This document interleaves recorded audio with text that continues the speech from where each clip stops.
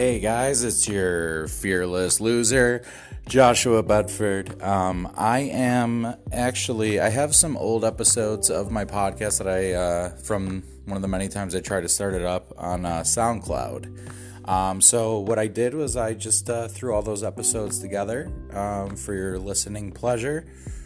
And I hope you enjoy them. There's some pretty funny stuff in there. It starts off with just a scurrilous encounter with the law. And near the end, I have actually a couple mystery guests that is really fun. And then, my usual silly musings in between. So I hope you guys dig it. All right. Enjoy. Welcome to Whiskey Surfing. Is this my best television voice? Probably not.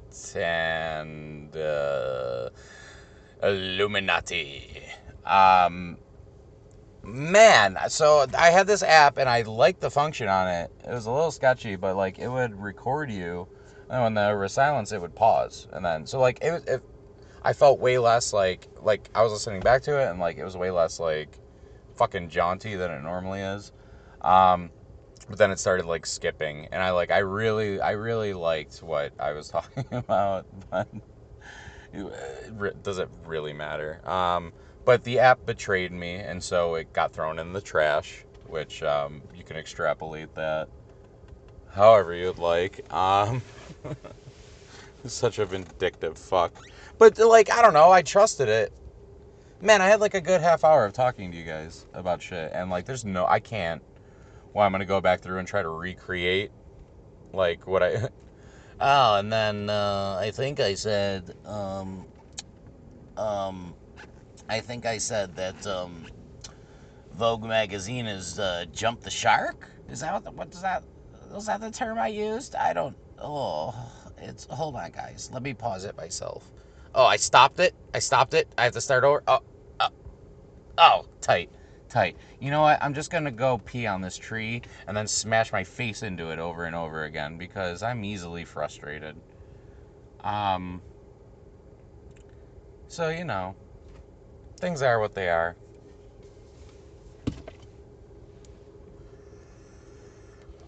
And, I'm recording what I can for you. That's really the best I could do.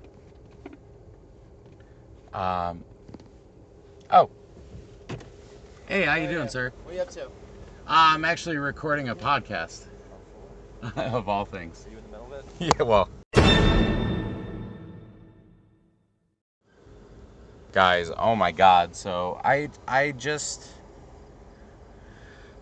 don't know why I didn't keep recording. So, okay, I was starting a recording about how I was using this app. So this is an episode of Whiskey Surfing. Holy fuck. God damn it, why did I stop? Why did I stop recording? So, I was using this app that, it stops when there's no sound. And, I kind of liked it because it made it sound there's less pauses and it's more just boom, boom, boom.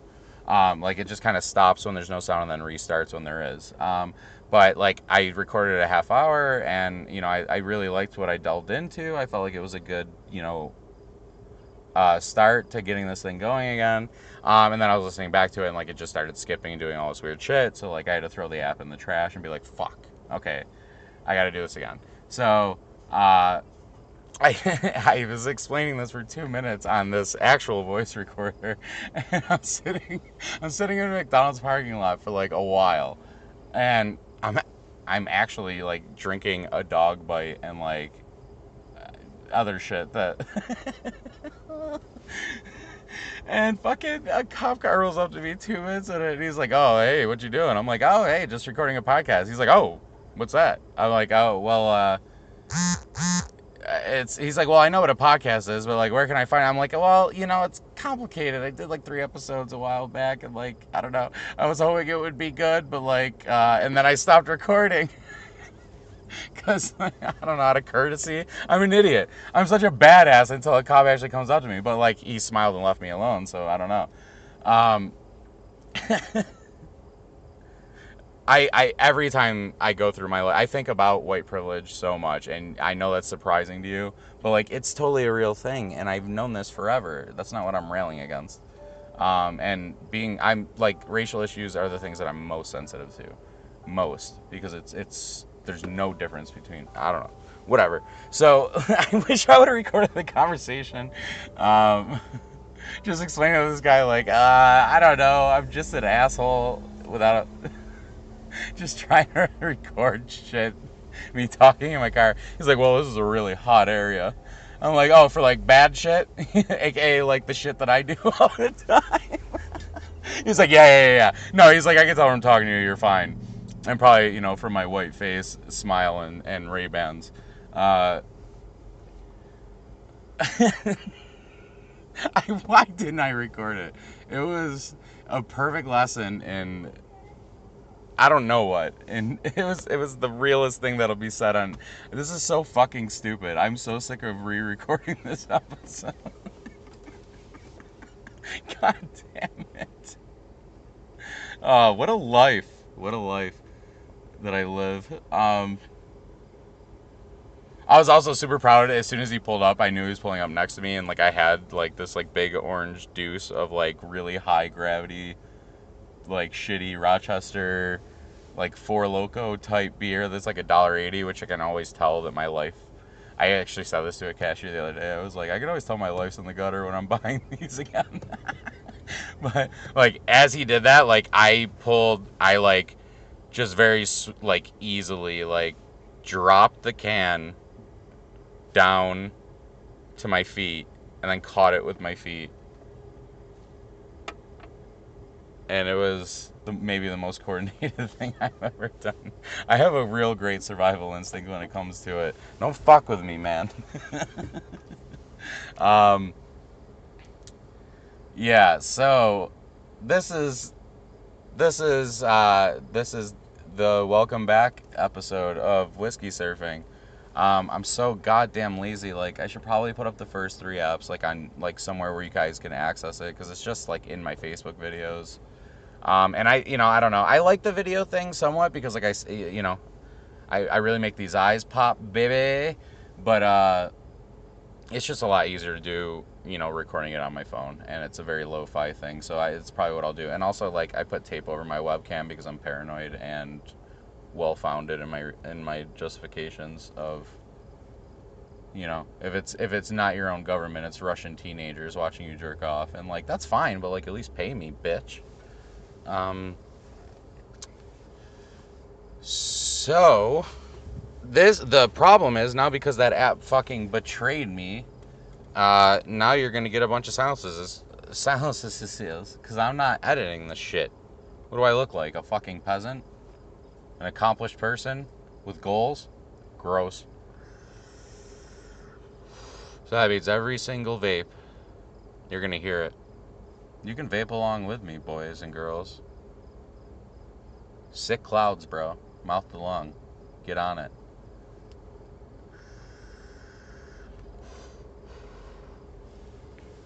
I don't know. What was I talking about before? Fucking everything and nothing. Uh, man, life is nuts. I think one thing I was touching on was, my life has been, I can't even go into like, I mean, it's crazy. It's so nuts. Like the universe has been doing like this crazy thing to me for like a while now, and it was never like this. It was always either really, really. Maybe it's my perspective too. I don't know. It probably is, but like I can't believe it. Like it throws like the craziest, shittiest shit at me, and then it throws like the equal, like polar opposite, like the most awesome shit at me at the same time. Like it's nuts. And like I don't know, it's so much. And uh I don't know if there's anyone like equipped to deal with that kind of cognitive dissonance. I would say it would be me, but I think it's the cognitive dissonance, is generated from my brain also. So it's kind of a self-fulfilling prophecy. But I am who I am, and it's very real. So it's very real to me. Like I don't, if you've met me, like I don't think I'm directing this fucking meat machine too much.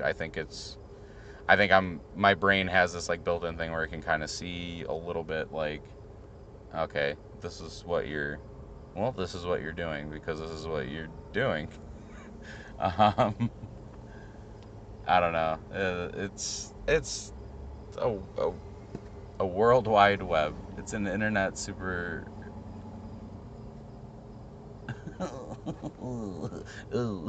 It's an information superhighway. Boy, I'm glad I butchered that really original turn of phrase. Man, what will people think of me? So yeah, it's nothing ever just works. It's always troubleshooting. I swear to God, it's my biggest lamentation in life. I'm always troubleshooting everything. Nothing ever just works. But I guess it makes it makes me stronger because I just want shit to work, bruh. Just work. Rich people don't have to deal with the shit because all their other shit works. And if it doesn't, they got a guy for that. Like, I'm tired of having to fucking work everything out, find out how to like download it and like get it to work, and like I'm so sick of Googling shit. My God, how does thing do? Did you mean how does things do's? Yes, Google. You know what you know what I meant. You know what I meant. Of course you do. You know everything.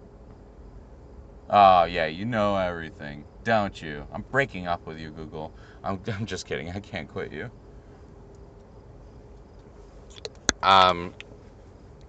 So yeah, drinking a dog bite in a McDonald's parking lot where the police, at least now I know where to score some drugs if I ever need to. Thanks, cops. Not that I would ever do that because I'm fucking squeaky clean. I only like culturally approved, taxed, and regulated drugs. Your caffeine. I would. Maybe even divulging too much. I had a court date the other day. We'll say for a speeding ticket. And the judge was drinking a Starbucks cup. And I just thought that was so. Oh my God, it was everything. I was like, okay, how many people do you punish for victimless drug crimes in this court? As a female and a black woman wearing your goddamn robe, and you're sitting here ingesting caffeine in front of us, and you're displaying a corporate label in a courtroom. And practically, I don't know, fucking let her drink coffee. But like, I don't know, when I was in there was like this like big tough cop that came in and like kicked this fucking like this young black kid was like, falling asleep in his chair, which why the fuck wouldn't you? Court is so fucking boring. Oh my God. And they just fucking don't care about your time, obviously. I'm sure a lot of people know this. And he fell asleep, and like this guy was just like, he was just the whole time he's sitting there like looking at everyone, like getting all chesty, and he's like, wah, wah, like every like 5 seconds, just to let us remind us that he's fucking there and he has a badge. What a piece of shit. And he like goes over and like kicks this guy, wake up, and like kicks it. I don't know, dude. Like, yeah. Like, could you lay it out any more plainly what this fucking country is? A judge drinking a Starbucks cup and a white guy with a crew cut kicking a black kid for getting some rest. Like, fuck off, man. I'm so sick of your shit. I'm so sick of all of your shit. Like, I'm so fucking sensitive to social justice issues, and I'm sick of all your shit when you're missing the point by being a fucking idiot about trying to be socially justice. And I'm so fucking sick of racist and sexist and everything else. Like, and believe me, I say some choice shit about women, but that's because I have to fucking deal with you guys because I love you more than men. Fucking, I wish I didn't. My life lately, Like, I have so many cute, amazing, not so many, a good amount of cute, amazing boys that I should be getting involved with, and I am actually, as like, I don't know why I'm having trouble with it. I think probably because my heart's all fucked up and I'm trying to be like responsible, not like lose myself. But man, ugh. But still, like, I believe in equality. I want equality so that I can fucking tell you to your face that you're being a dumb bitch. And without it being a power dynamic. I want us to be equals so I can say fuck you for this. If that makes any, oh god, I'm sure I'm the worst. Aren't I just the worst? Uh Race issues especially though. I don't know, I grew up in the ghetto and it's so like men and women have differences. I think Louis C.K. touched on this once and I liked it. Like, men and women have real differences. I don't care what you say. We are equals in my mind, but we're different in many ways. Not all of us. It's, there's so much room for variety, but like generally speaking, there's differences. Like, race is like just this horrible, horrible. It's a fucking pigment in your skin. There's why, and it would be one thing if it was just like people being douchebags, but it's so institutional and like, I mean, there's people in cages, so many people in cages because of it. It sucks. Um, yeah, I don't know. I think about that all the time when I don't get into as much trouble as I should. I'm like, man, thank God I'm white, and fuck that that matters so much. But like, I don't know. I don't want to go in a cage.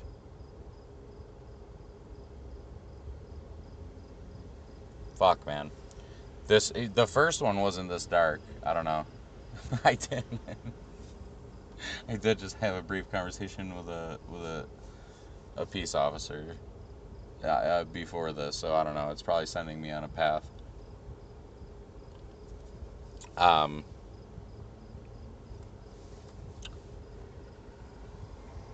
it's hard to say.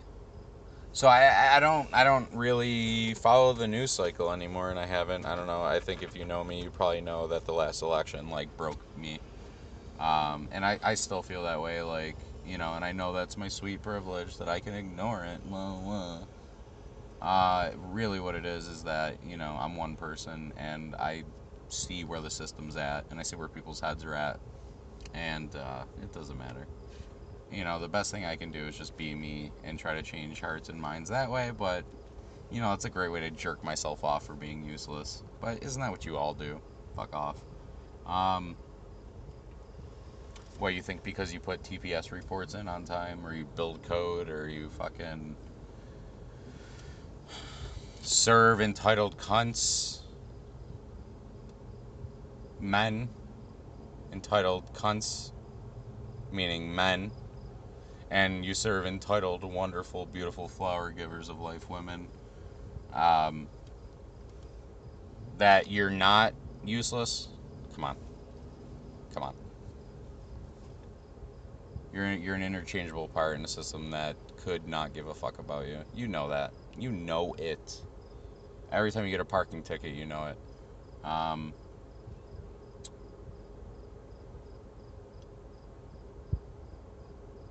I don't. It's hard. You can't whiskey surf the internet if you aren't really. I don't know. I'm back on Facebook. I'm scrolling through. I find myself scrolling like more and more to relieve anxiety again, which is why I quit for a while. I always quit for a while, and it gets longer and longer. But the position I'm in, it's just so fucking utilitarian that it's hard to. I don't know. I need to be like I don't know. It's good to be in touch with people, and to be contactable that way, casually. Um, and it's also what you make it. Like, I've reconnected with so many people recently just because of a post that I made. Like, kind of renewed, like, gave our friendship like a little extra life after it had been just kind of floundering. I feel like, and even if it's just something as simple as saying like, "Hey, I love you, I miss you," like, That's good things, and I still love the like on this day like the memory function. Like it's the greatest. It's such an underrated invention. It's so amazing. I was active on Facebook so heavily for so long that like I just get such a fucking window, man. It's like time traveling. It's amazing. Uh, but yeah, God fucking damn it, dude. Like fuck Facebook. I wish there was a good thing with all the utilitarian functions instead of a horrible thing with all the utilitarian functions. But things are what they are. So, um, sad news is this dog bite's gonna be gone soon, and I don't think I have any other way to get booze. I think yeah, oh, whoa. I'm flat broke. As Paul F. Tompkins said in one of his specials, have you ever had so much money that you can't even believe it? No, no, let me take it again. Have you ever been so broke that you can't even believe it? All right, did you get that one? All right, that's a wrap. That's a wrap.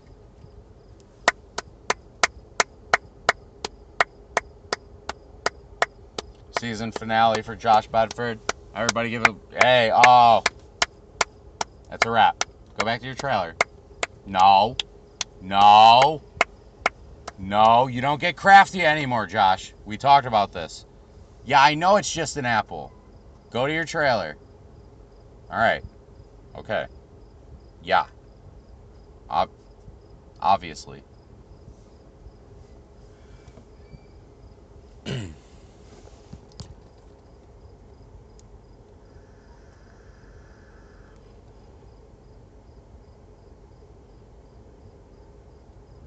Man, I forgot what I was talking about. I really got transported to the set.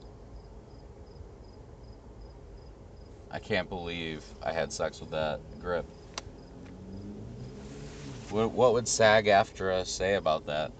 Inside Hollywood jokes for people who've never worked in Hollywood. The power of the internet. Well, this fucking sucks, and this is about all I got. So like, I don't know. Enjoy the 19 and a half minutes. I hate you so much that I love you. Bye.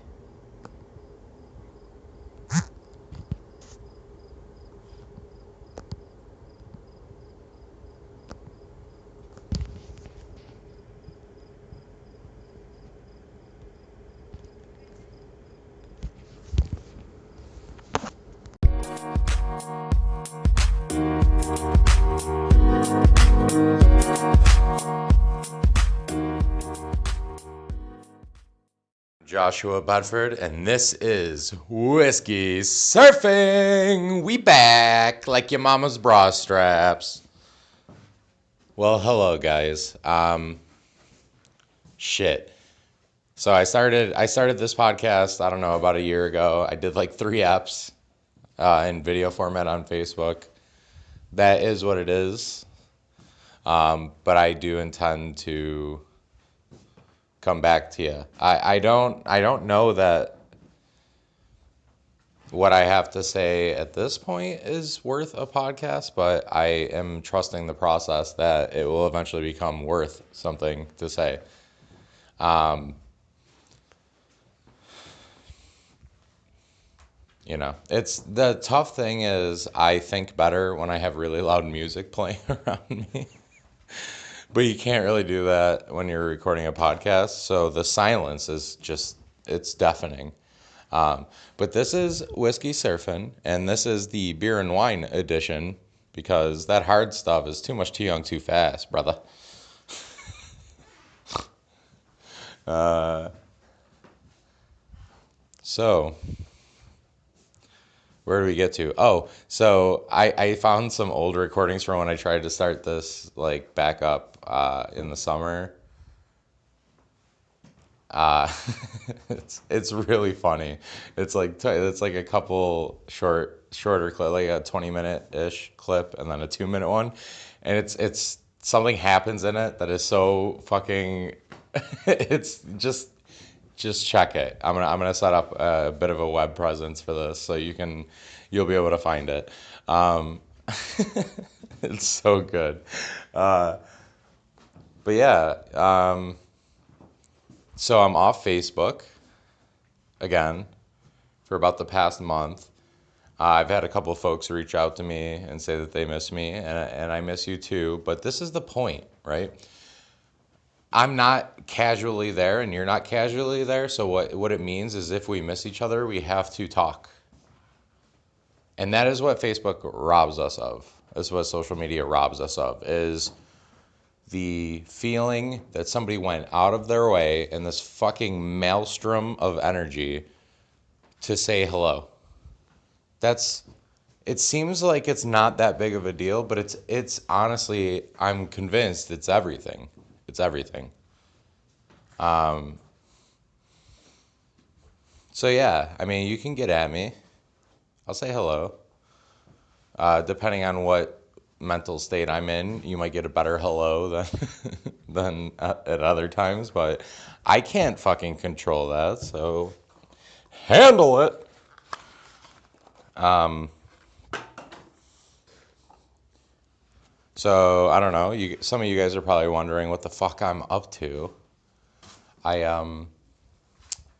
I got a space in what is essentially an art commune right in the heart of downtown Buffalo for $250 a month, and I've never been happier with uh, a space, like a thing that is mine as it can be.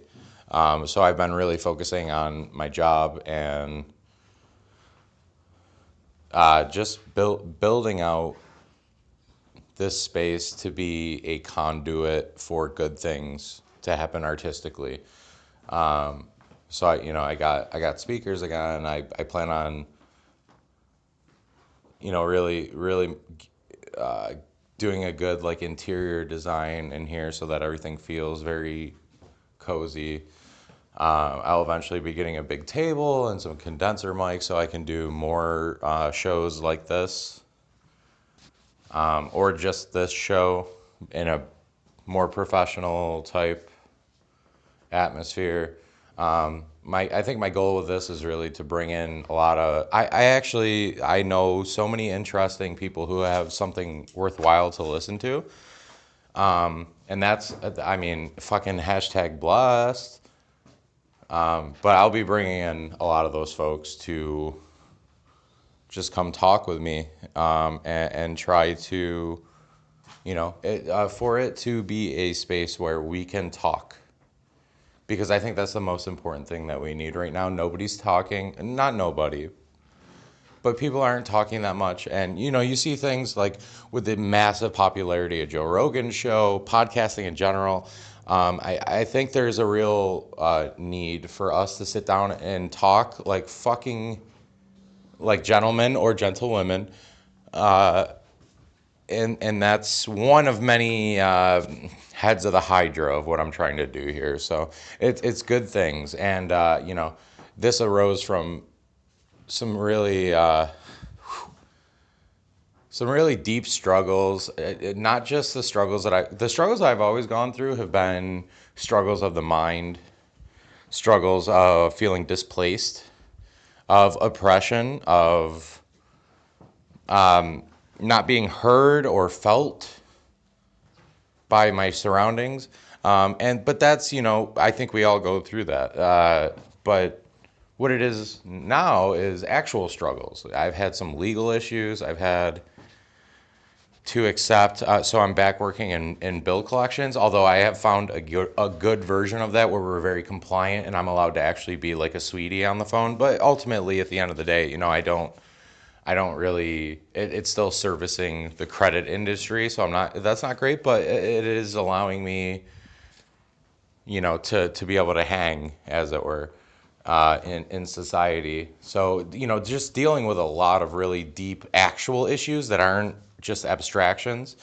It's been a bitch, man. But I have good people around me, and it's forced me to it's folded me over like a sword so that I can be a sharper blade. And so that's a good thing. But so the process now is to continue carrying my burden so that I can become somebody who can service other people as well as myself. And I have this space where all of that is possible. So it just means putting my head down and doing the work. So it's a beautiful thing. And I'm just really lucky to attract the people that I do.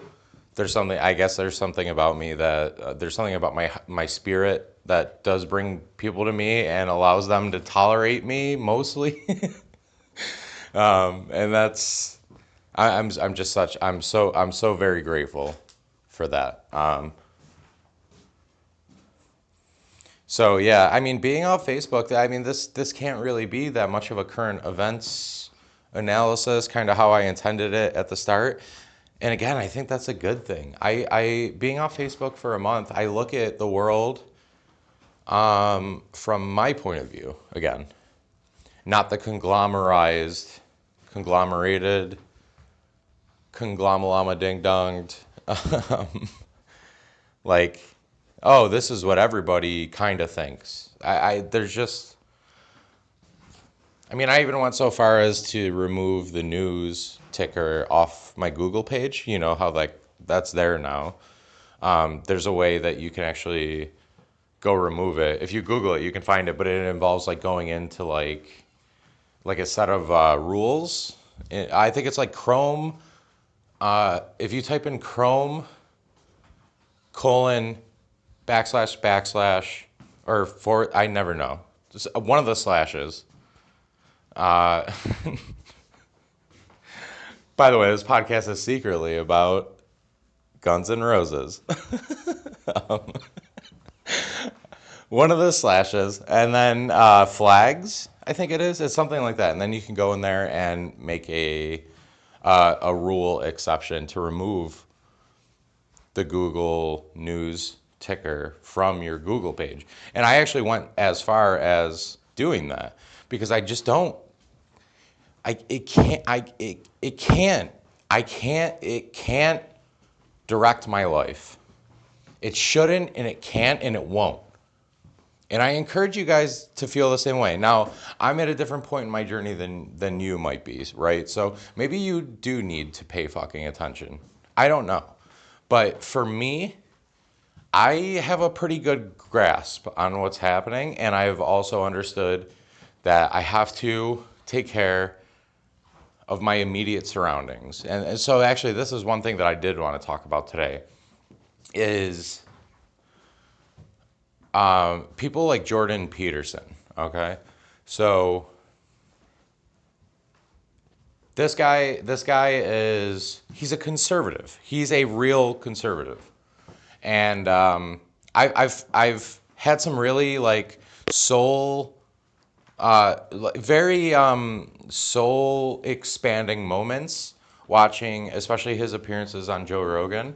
But I came into it hating him so much for reasons that I had been told, but also because there are legit grievances to have with him, of course. But some of the stuff that he talks about, especially in his field of expertise, which is clinical psychology, I mean, he is a good person. He's just not like me, and he's not like anyone that is left of center. As we, it's all order, it's all hierarchy, which is what I'm really trying to do is investigate things that I've never allowed myself to investigate fully because I had to react against them because I grew up in a conservative place when I'm not. And because I just really want to, I radically believe that you can learn something from anyone, and especially people you don't agree with. And so I took the challenge upon myself to, I don't know, to just really test that. knowing that I was kind of going into a place where you can very easily get swept up into believing, oh, this guy's the second coming, like this cult following, which that doesn't need to happen. And I'm good enough at what I do that that's not happening. But I was so pleasantly surprised with how really beautiful some of his ideas are, and they're not really original ideas. They're ideas that he's studied. He cites Jung a lot. I mean, this is it's he's the most liberal conservative guy ever, but he's just not painted that way. It's I don't know. But one of the things he says is, take care of your room. And he says it in the most condescending, like dad way, which is, it doesn't help his message. Or it helps it because he probably really loves the following he's getting. I don't know what his deal is, but the idea of taking care of your room, of just starting with the small things in your life and improving those, it's it's something that a lot of us, especially men, need to hear these days. And so there's value there. And that's kind of what I've been trying to do. I've been accepting that I have a place in society and I have to work it. And it's not fair. And things could be better, but things could be worse too. So just trying to practice gratitude. Also, something that he says is, stand up with your shoulders back. And it's like those two basic things. Take care of your room, keep your shoulders back, walk as if you have a place in the world. These basic things, and these are actually meted out. They're demonstrated across the spectrum of psychology, and I mean, there's TED Talks about it. I mean, it's not an ideological thing that he's saying; it's a human thing that he's saying, with in respect to those 2 points. So, it's good things, man. It's just keep your pot. Just focus on your breathing. Focus on the way that you hold yourself. Focus on your room. Focus on the small things you can change. They will build your competence and your confidence, and you'll be able to then go out in the world and make some waves. Which I think at the end of the day, a lot of us want to do that because that's what we're built to do. We're human beings. We want to change. We want to influence. We are social creatures. We live in a strata of consciousnesses where we try to affect what we can in whatever strata we're in.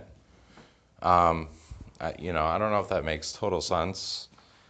It does, but my problem with like the new agey types is they're like, oh, you have to cut toxic people out, and it's like, well, if you were really about radical love, you would say bring the toxic people in and bear their load for them. So I don't say that you're at a lower vibrational frequency than me or a higher one. We're all just existing, man. There's some truth to that, as there almost always is, that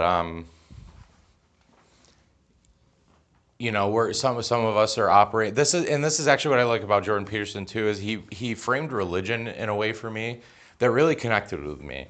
And I've always kind of flirted with oh God, with holiness or with a higher ideal, and I think that's a pretty common thing. But me being very atheistic and outspoken about it, to hear religion framed in an evolutionary, practical way, I think it's his maybe greatest gift to us, that he's just had this long discipline of counseling people, thousands of people over many years, and the whole reason he's famous is because he didn't want compelled speech to call trans people by their new pronouns, which I get where he's coming from, for sure.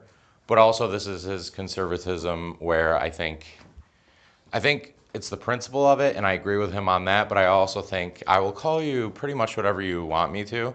But that's his thing too. I think he's hiding the fact that he just doesn't want to accept that, but he's doing it on principle. Whereas I don't mind. I don't mind, because I am slightly postmodernist, whatever. Where if you're nice, I'll call you whatever you want. It's just don't fucking come at me, bro. Just don't come at me. I'm so sick of people coming at me like I owe you something. I don't. I didn't do anything. I struggle so hard and I wear my heart on my sleeve. And yes, I'm a white male, but it's not fair. You don't get to come at me. I didn't do anything to you. And in fact, I've spent a lot of my life trying to make things better for all of us and talking about that. And you don't get to tell me that I'm an oppressor when I try really hard not to be. Okay? But Jordan Peterson, I think, has an issue with the newness of it all, and that's where he's a conservative and I'm super lefty, because I do think we need to push, but so we need to push things forward. But so I mean, this is the thing, right? So we need this interfacing because there is value in conservatism. There's value in, well, look at things actually are relatively okay compared to how they could be or how they were or where they might be going. It's not to apologize for the system because I've railed against it my whole life. But I mean, let's look at what we do have that is good, and let's maybe not throw the baby out with the bathwater. And I think that's what good conservatism is about. Now, as good quote unquote liberals, what our job is to push things forward. Okay? But you don't, when you, if you're a conservative and you hold people down to stay in the old ideas, you're not living in balance, and it's not good for anyone. And when you're a liberal and you're pushing things forward too fast, and this has been a tough pill for me to swallow, you're also doing that same thing in your liberal way. You're pushing people too fast, and it's, bad things can happen because we're not able to navigate the future perfectly. So this interfacing is what we need, and I really do think and hope that this is what's happening. This is the burgeoning stages of it, and it's really exciting to me because if you know me at my best self, what I want is to connect with people, right? I felt so isolated so much. I don't know what it is about me, and I think this is what attracts people to me in some sense. I really need to connect with people, and at times, again, it's an issue of balance, right? So sometimes that comes off as neediness or demanding or ungratefulness or using people in my worst self. But in my best self, it is bringing out of people their humanity in a system which does not allow them to express it. And that is a fucking beautiful thing, and it's why I'm still here, and it's why I'm still talking to you. It's because people recognize this in me, and they stilt me up thinking that I have some important work to do. And it's choking me up a little bit because it's so fucking nice. I'm so lucky. So I think that's, and I think that's where my aim is with this show is, well, you don't even need to have the level of expertise of, a clinical psychologist or a sociology professor, or it's just because we all have to live in our lives, and a lot of us just do like kind of bullshit jobs that we're probably good at, but like,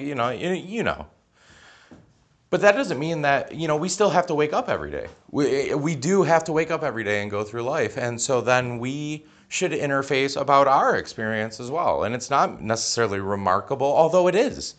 It is. It is. Every one of our days is remarkable and it's worth exploring. It's just that there needs to be a platform for us normal folk to do so. And that's where I come in. Okay? So I don't know. It's big plans, and I still have a lot of work to do on everything, and I'm sure there'll be setbacks. And there's definitely ways it's going to get harder with some of the shit I'm dealing with. But I feel attached to my community, which are just thanks to us living in the fucking future, which is widespread and throughout the country. And that's the other thing too, is for the first time in my life, I'm in this is the craziest time to say this probably, and I think this is why it's a radical statement to make from my point of view, is I think I'm pretty proud to be an American for the first time in my life. And that isn't an about face on the criticisms I have of America. It is because of those criticisms, because I'm allowed to have them, because I'm allowed to live them to some extent, because because I'm lucky enough to be born in a top, even as a poor, struggling person, born in the top, what, 5% of the world's wealth. And it's just, I've really just, I'm lucky. I'm lucky. I'm really lucky. So, I, and I'm not proud of my government, but I am proud to be an American. I know this is passe and everyone feels this way, but for me to come to this conclusion, it's really big. And you can trust that I really mean it in a deep intellectual way because it's such a hard conclusion for me to have come to. I don't know if that makes sense, but yeah. So I want to highlight what's awesome about America. And what it is, in my experience, is fucking good music, friendship, some drinks, hanging out. It is what it is and everything, but with a level of,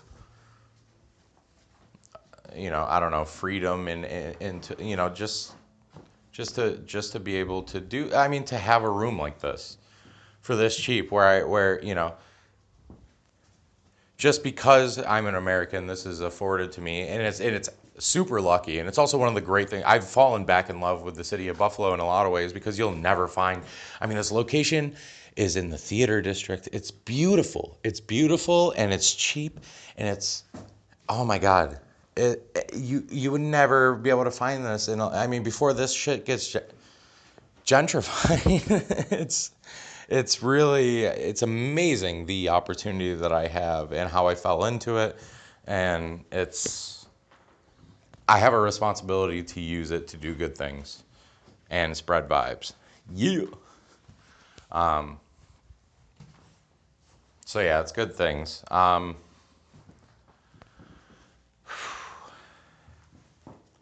man, it's been tough though. It has. It has. It has. It has.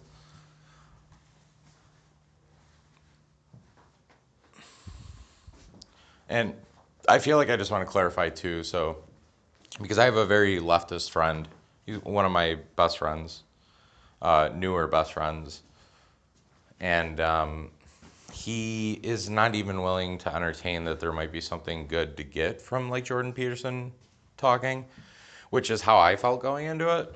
Like, okay, let's see what the enemy thinks. But I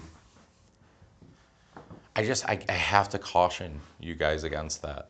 But I also have to caution you against hearing new romantic ideas or old ideas rehashed in his case, and then letting that swell in your heart of, there is some beautiful things he's saying.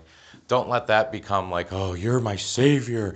Yeah, I now want to, what, I want to be in the cult of you, because that's dangerous too. I mean, you have the ability to discern information, and you can get better at it too.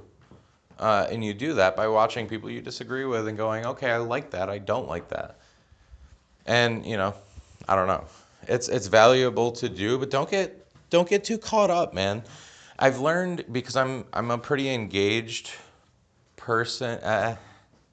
Uh, I'm a pretty engaged person when I'm not numb, right? And which is, I like to think of myself as the not numb Josh. I think is probably all of you do too. Um, I'm a pretty engaged person, and it's good to engage with things, but at the same time, I've really learned that you need to have a level of detachment, and it's not cold and it's not bad. You have to have some sort of a shield to protect yourself against the ills and the bad ideas and the exploitations and the oppressions that come at you, which they inevitably will. You need to have a strength that you can stand shoulders square, and face everything. But that means going into places that you feel are dangerous. And that is one of the greatest things we as humans do. We have faced the cold, uncaring blackness of the universe, and we were gifted with these big brains, and it's made us chase fear so that we can conquer it. And that's so fucking beautiful. And these are lessons that we can carry with us in each and every moment to the best of our ability as we can. So do that this week. Find something you're afraid of and tickle it. And you might get a laugh out of it. You might just laugh your ass off. Oh. Okay, so I think that's about what I have for this week. I'm glad to be back. I'm really, really, really committed to getting at least a small show out each week. Things will be picking up and improving as I'm able to get my house in order. But I also just want to give some good recommendations for podcasts that I've been listening to. As always, Oh Yeah Dude is a fucking great show. I've really fallen in love as well with Your Mom's House, which is Tom Segura and his wife Christina Pashitsky, and it is this is another thing like. It's like essentially at the end of the day, it's like these two wealthy comedians sit in their nice house and be judgy white people. But it's funny and they have good hearts ish. And but it's just, hey, if the crazy YouTube video we're watching has a guy that's retarded in it, we're going to say that he's retarded. And we're not going to apologize for it because this is how we would talk if the cameras weren't here. And it's actually an act of bravery. And it's not to be mean to anyone. It's just, this is how the world is. It's not mean to say someone's retarded. It's mean if you think being retarded makes you less than. But it doesn't. But also, your actions in the world are your actions in the world, and other people have to interpret them. And so we categorize, and I don't know. Anyways, but this is being way too intellectual for the show. It's actually just a fun show where a husband and wife talk shit about YouTube videos. It's so charming. And yeah, I think there's some good episodes of Joe Rogan's show, which I've never been a huge fan of. And I think for a good reason. I think my criticisms still hold with it. But I don't know. The episodes with Jordan Peterson are really, really, really insightful, to be honest with you. And he did a couple shows with Dan Carlin of a Hardcore History podcast, which I have not been able to crack into. The library is so huge now, and I have trouble consuming podcasts that aren't comedy. Comedy really is like a beautiful drug for me to get me through my days. So, but their talks are really interesting too. I think there was. I mean, I guess yeah, check those out. Check those out. YouTube is really, I think, coming into its own. It's really starting to have some quality shit on it. So I'm really excited about that, and I may even break into that forum once I feel that I should. But for now, just a recording of me rambling and to the homies. So and then we'll go from there. But so I'm gonna go back to listening to really loud music, and I love you guys, and I'll talk to you next week. All right, keep it sleazy.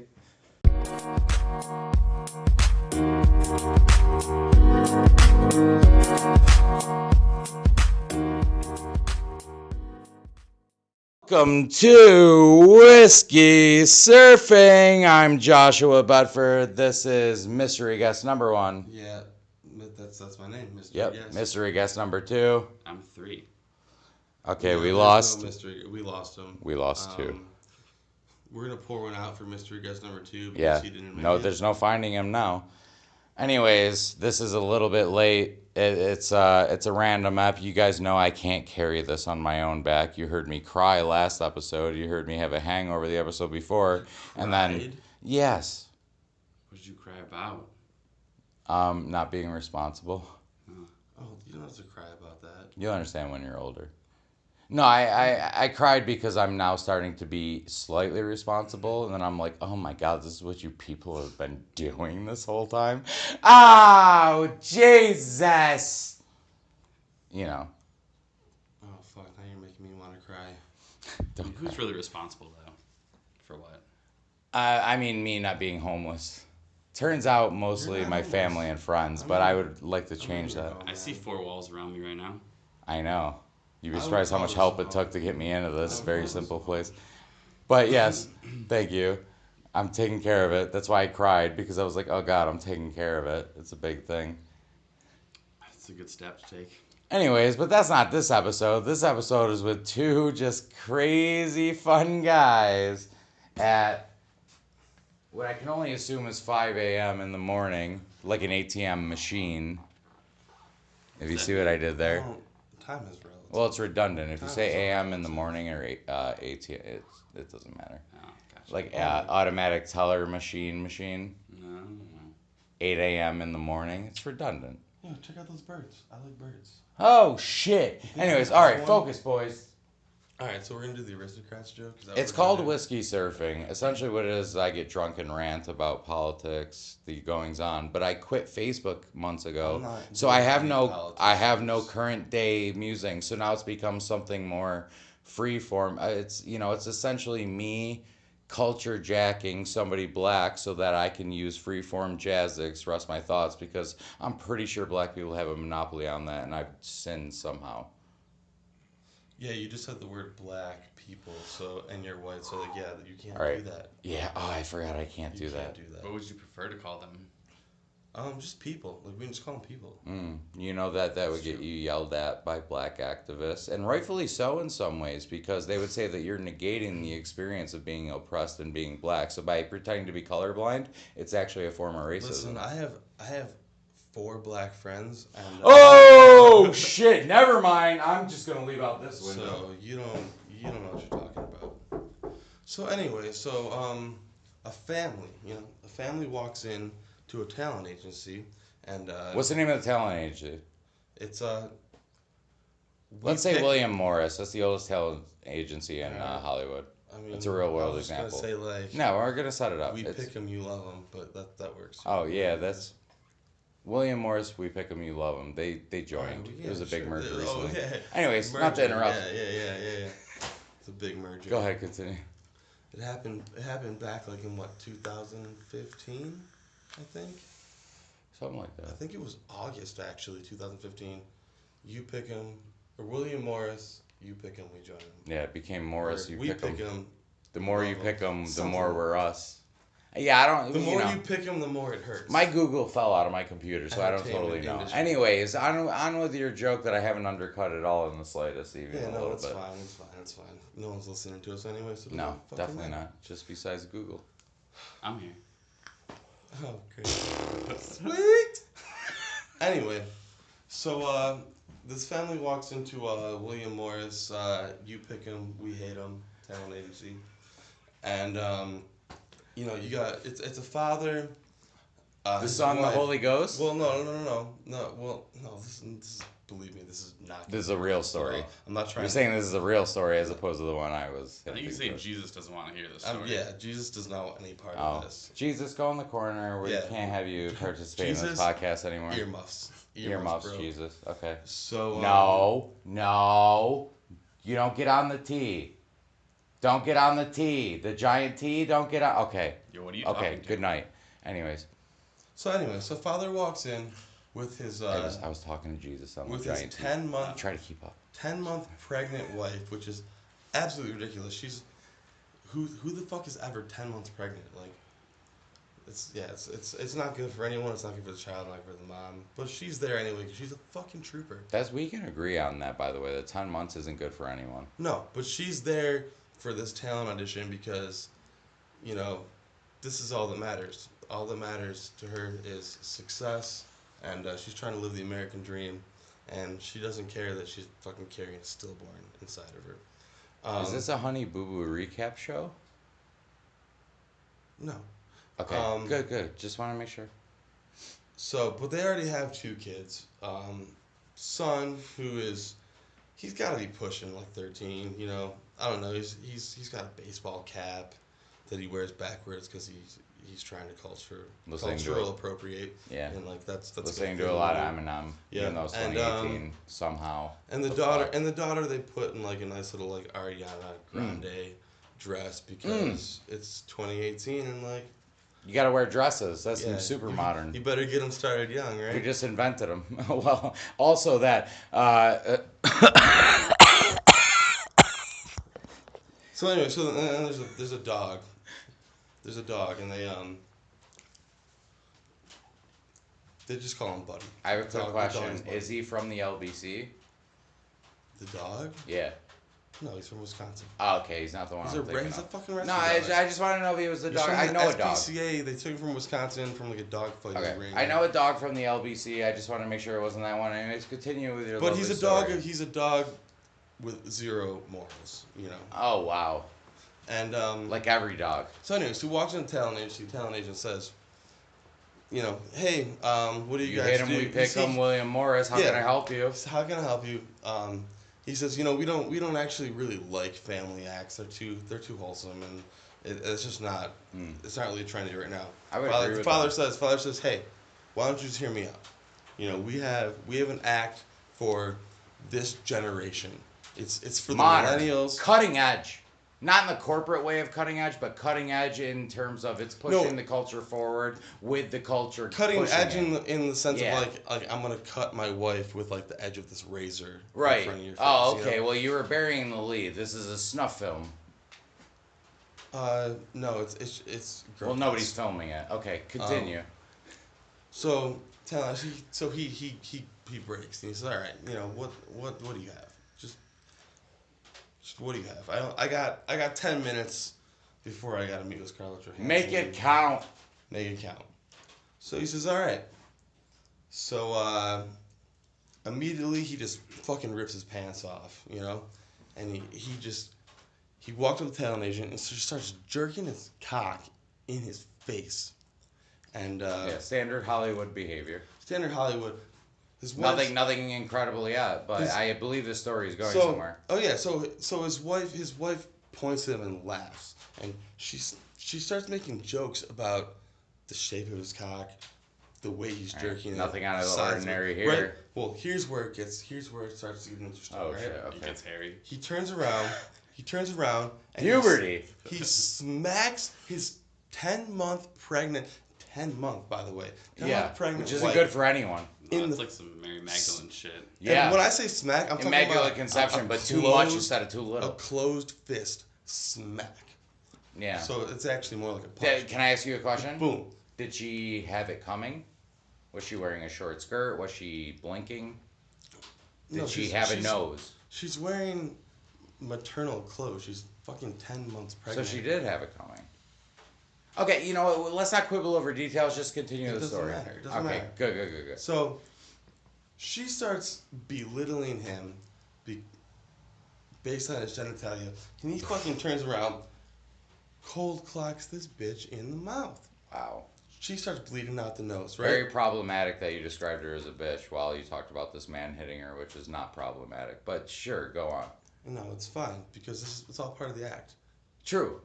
Listen, It's showbiz, yeah, baby. it's entertainment. So it's part of the act. Anyway, sorry to interrupt. I hope it's not the last bam, time. bams her in the face, right? She starts profusely pouring blood out of her nose. Dog sits there. Her son starts licking it up, which is kind of weird because you would expect the dog to lick up the blood. Son starts licking up the blood, right? Well, they had the same IQ essentially at that age. You know, it's understandable. Yeah, well, Makes a lot of sense he's 12, scientifically. so like I can show you the literature, but yeah. maybe not, but anyway. You know, equivalent ish. So son starts looking up the blood. Dad turns around, takes closed fist, and I'm talking about like this guy is fucking muscular to the T, tatted up like a He's Marine. American Dad, He's not like Family fucking, Guy Dad. He's like fucking Popeye who just ate Oh, whoa. 4 cans of spinach. Holy fuck. I'm Papa the Sailor Man. Boom. Holy shit. You know what I'm saying? This is Bulging, getting graphic. bulging everywhere. Yeah, hold on. I need to stop you here, guys. If you listen to whiskey serving, this has never happened before. This is a trigger warning. We are Trigger. talking about spinach here. And mussels. Spinach and mussels. If spinach and mussels have treated you wrong, you should turn this off now. Anyway, here, back to the story. I mean, the spinach is like not really like the important part. The important part is Okay, trigger warning. If you don't like being told things are important when they're not, this is not the podcast for you. Just fucking turn it off with your grandma. All right, here we go. The important part is the way this fucking muscular man fists his 12-year-old child in the asshole. Right? So I see nothing wrong here.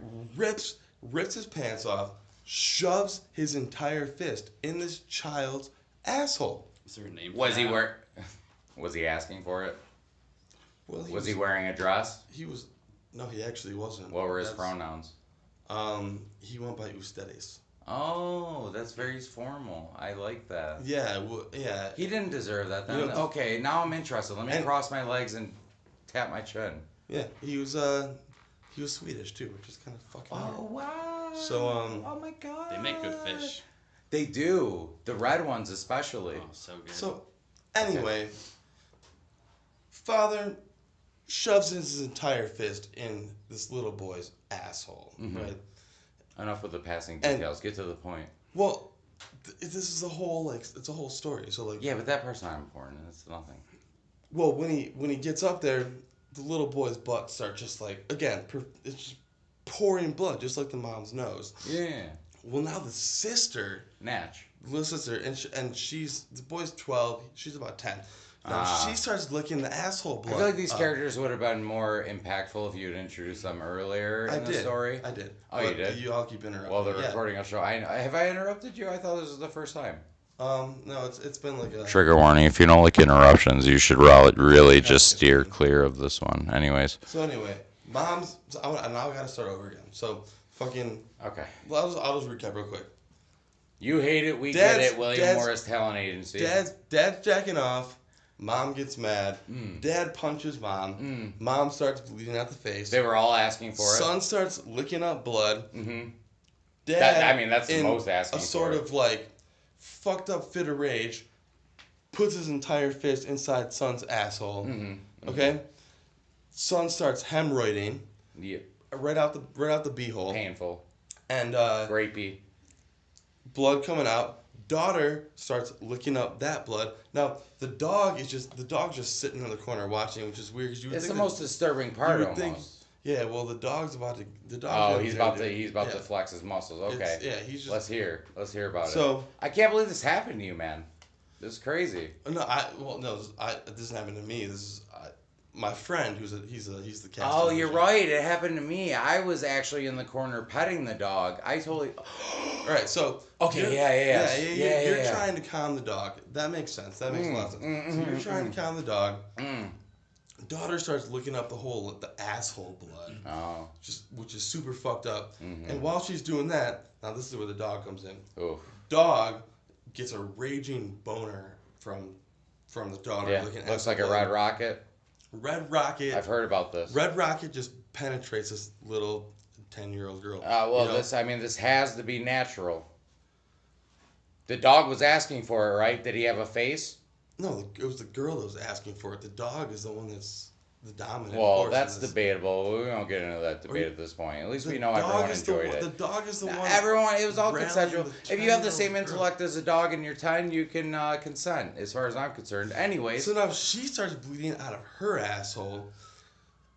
Now the entire family just starts licking blood up off the floor. And, you know, it turns into this like weird like 69 like carnage blood slurping, like 69, Can I 29. ask, are they it's the regular now. are they because some of the kids are environmentalists? fucking young. So Are they environmentalists because they're trying to just conserve the blood for later use, or is there an ideological reason behind it, or are they just doing this out of pure bacchanalian pleasure? No, they're just like really into like vampire culture, actually. Oh, cool. They read a lot of fanfic on the internet and then watched Twilight. That's my favorite Right, kind of yeah, people. yeah, All right, yeah. continue. Um, Okay, just wanted to know. Just want to know but what the players are. took it I mean, to- I was there, but I don't remember. I was on Xanax. Took it Anyways. to another level. Took it to another level with the whole like the asshole blood eating, which is where that's where it gets weird. Mhm. So Mhm. as this is going on, the mom, she freaks out, right? Rightfully so, because her entire family is licking up asshole blood, which is a really fucked up thing to do. Yeah, and it's a very specific tasting kind of blood, I've been told. Yeah, it's it's like a savory kind of blood. you know? Yeah, so It's I've like read. unagi. Yeah, I So- wouldn't know. So she's like, stop. Well, as she's doing this, the dog fucking jumps up and bites her left tit. Ah, Now this that's not even her good one that she can use to write with. well actually both of her tits are pretty good. Like, she had some Oh. fucking. Wow, bigger good one for or the her. smaller She's one? 10 months pregnant. You gotta think about Yeah. that. Like, Oh, she's right. got some She's fucking learned how to really use. kids. Yeah. But now her Yeah. shit starts. I didn't mean to be so sexist. her Anyways, yeah. shit just starts lactating everywhere. So now you got this like piss. Well, actually, the piss hasn't come in yet. Oh The piss shit! hasn't come in yet. So I now didn't know. You got like a I might have to human draw the line there. lactating anus bloody mix on the ground. Now the dog gets real excited because this is what the dog gets excited. You know? He already was, I thought. Has he been knocked off and he's coming back in for more? Well, he's more excited because now there's Oh my- an entire mix of like asshole Right now, blood, yeah. like This is bloody like smelling salts pit to him. milk. He's Yeah. back up. He's ready So, to party. Okay. He just starts Natch. He just starts licking this shit up, and while he's doing this, the son, out of nowhere, still holding his ass because he's been fisted by. Yeah, pink socked on him. Fucking gets behind the dog. The son mounts the dog. Right. Preemptively. Boom. Smart move. Donkey punches this motherfucker. Okay, rude. Pulls it out. Bam. Donkey Okay, punches the extra dog. rude. Still Donkey nothing punches the dog. transgressive, but I understand. What am I even talking about right now? So No, sorry. you know, Hey, no. This is an important story. I'm just interjecting. I didn't mean to apologize. You just keep. I didn't mean to interject. I did mean to apologize. Oh shit, Freudian slip. Anyways, you continue the story. So, see, he donkey punches the dog. Mom gets even more upset because now the fucking son is abusing the dog. So she's like, you know what? You're gonna fucking suck on my good tit, right? The right one now. Yeah, as Right. punishment, Yeah. which is I'm there. so. I see it. Son is like, no, I'm not gonna do it. And she grabs his face, puts it on her fucking tit, and he bites it. Just fucking rips off her nipple. Now, here's an In important his teeth. question I need to know. Does he twist? Or does No. he just bite? No, he just bites. Does he bite and Ugh. twist? Oh, just. No, just bite, rip. Oh, And no. he spits it in the dad's bad face. form. Spits it in the dad's Well, that's face. extra Now rude. the You should honor thy parents. Now the dad is upset because he's been disrespected of being, Well, we all know why he's been disrespected. Natch. Like it's just, I mean, if I've said Natch 20 times, I've said it now. Natch. I mean, whether it's true or not, I've heard the nipple grows back. So True. Like a lizard. really. Yeah, that's why we need feminism, man. Anyways, continue. Alright, well, we're gonna touch this theory out in a little bit, but Not at my nipple. so now Dad gets pissed, because his son just fucking mutilated his wife's tit. So Yeah. Only good one too. so the dad turns around, blasts the son in the face. After he pulls it, well, first he got to pull the fist out of the ass because he had his. Yeah, you fist got to in use there. that, but Yeah, it's gonna you be know. aerodynamic. So he hits him in the face It's with his slick. own ass blood covered. His face is covered in his son's ass blood. Impressive when you fit your fist into your mouth. hits him Yeah. in the face. Well, he didn't put it in his mouth. He just hit him in the face. I know, It was and an everyone ass before, so everyone it's- treats my ass like my mouth, so it's it's not that remarkable to me. But seeing it through your eyes makes it special. Now again. the dog's getting real excited because now there's fucking ass blood, there's face blood, there's lactating titty blood all over the place. Dog just starts. I'm sorry, licking we've been recording all about this 20 up. minutes. I just need you to skip the boring part to the part where shit gets real. All right. Well, here's where it gets real. So, dog licks up the fucking bodily fluids. Dog yaks all over the daughter. Father gets pissed because That's real. that's unacceptable. Dog pulls out, or the dad pulls out a fucking 9mm, shoots the dog in the face. Yeah. Boom. Dog. Wait, is this done. when the dog pulls out a switchblade, but he doesn't have thumbs, so it just falls to the ground, and it actually was in his stomach when he got shot, and it just fell out? Is this the story I heard?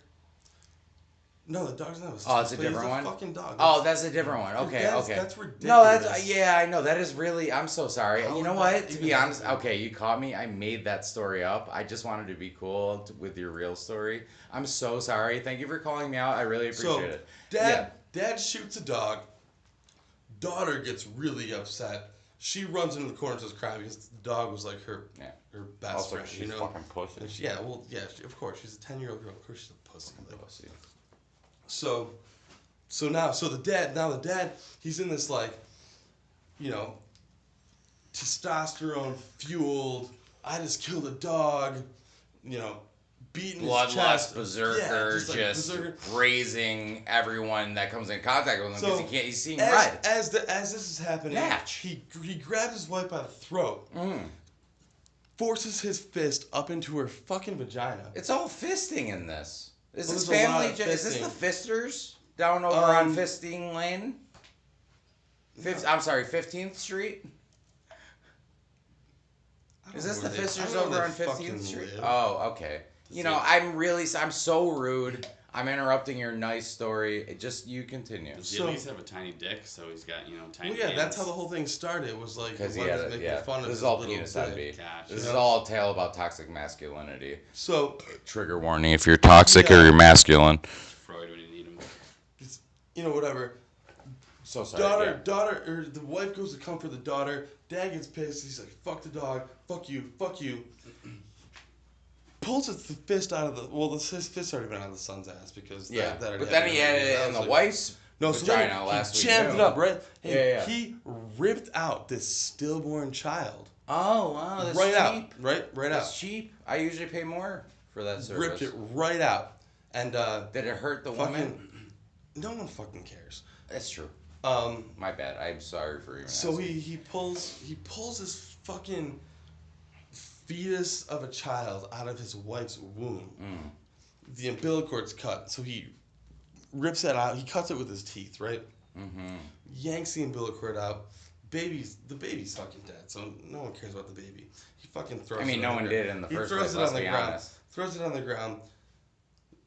The weird part is the son starts molesting the dead baby carcass. which Well, is- he's bored. right, yeah, because now His ass is already He's like, distended. well, There's nothing left. At this point, there's gotta be blood everywhere too. so I've heard. Pray tell that there's blood in this story. I don't know. Could you confirm that for us, my friend? yes, it's blood. There's mucus. There's Okay. fucking pus. There's Definitely. Definitely there's blood. Titty milk. It's all mixed together. I mean, the titty milk's the grossest part to me, but that's just because I have mommy issues. Anyways, paging So Freud. and well, at this point too, after this happens, the mom starts puking in the pile of, this bodily fluid mess. Well, yeah, you gotta Dad, round it now the out. dad, he takes the dead baby out, slams it on the ground like he just fucking scored a touchdown, does a little touchdown dance, rips the umbilical cord out, wraps it around his neck, okay? And now Let me ask you, are there any rafters nearby? rafters. No, it's like a open. It's like an open. Open field this is happening in? No, not a field. Yes, it's like and? no, it's like a sound stage. Oh, I see. It's Hollywood. So True. Yeah, I heard true. he used the umbilical. So cord this as is a on the straw. WB lot, probably. Served up No. some, This What sounds he like it did- would happen on this- the WB This lot. is what he did. Because Warner Brothers the whole lot? thing started with him. It's the Warner Brothers All he lot. wanted to do was just like jerk off in front of his family, and it got Yeah, out like of control. normal. Yeah, like Got way like carried normal, away. yeah. So I'm waiting to hear when it gets carried away, by the way. I mean, you're really drawing this out. so now he takes the umbilical cord, rips it off, wraps it around his neck, and he goes back to his original plan, masturbating in front of his family. But he's doing like an autoerotic asphyxiation type thing. Yeah. Now what that means for the audience who doesn't know is I mean, nobody doesn't it's know when that it's anymore. when you suffocate yourself while you masturbate. Oh, It feels great. Oh, never mind. I thought it was when you kiss someone on the lips. No. So like, I think you should all try it. Like it's Yeah. It's a good thing. Don't kiss people on the lips though. Just That's no. really bad Just for you. have Trigger a warning. spotter. It's Trigger like a warning. spotter. Trigger warning. Kisses. Just choke yourself out while you fucking jerk your dick off in front of your family. That's like the most This sensual. is maybe so. Usually, you don't know this, but usually every week I do say this week. Let's try to do this thing that I think is appropriate. I think this week, really try to use an umbilical cord to jerk off in front of your family. I think that's really going to help you go forward in this week. And let me know how you feel in the comment section. Anyway, so continue your story. I'm so sorry. I don't mean to keep interrupting. Oh my god. So, man, so finally, like his wife is just fucking in excruciating pain after his child's been ripped out of her fucking vagina. What a pussy. So she's in the corner.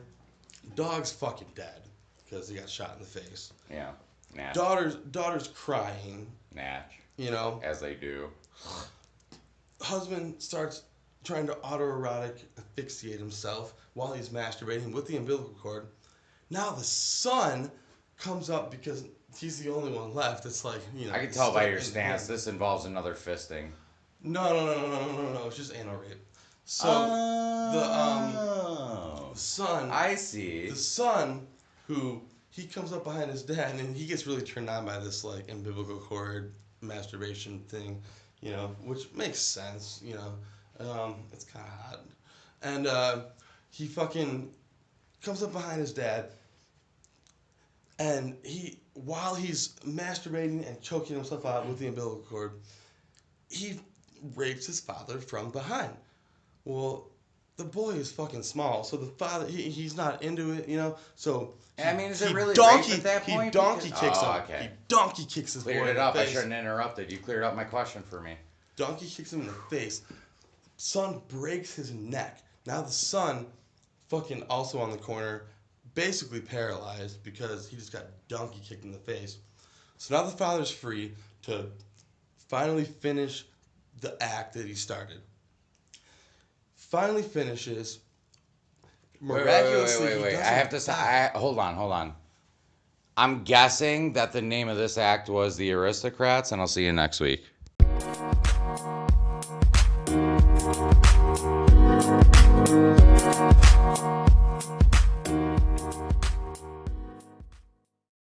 You can call me Joshua Bedford, just don't call me late to podcasting.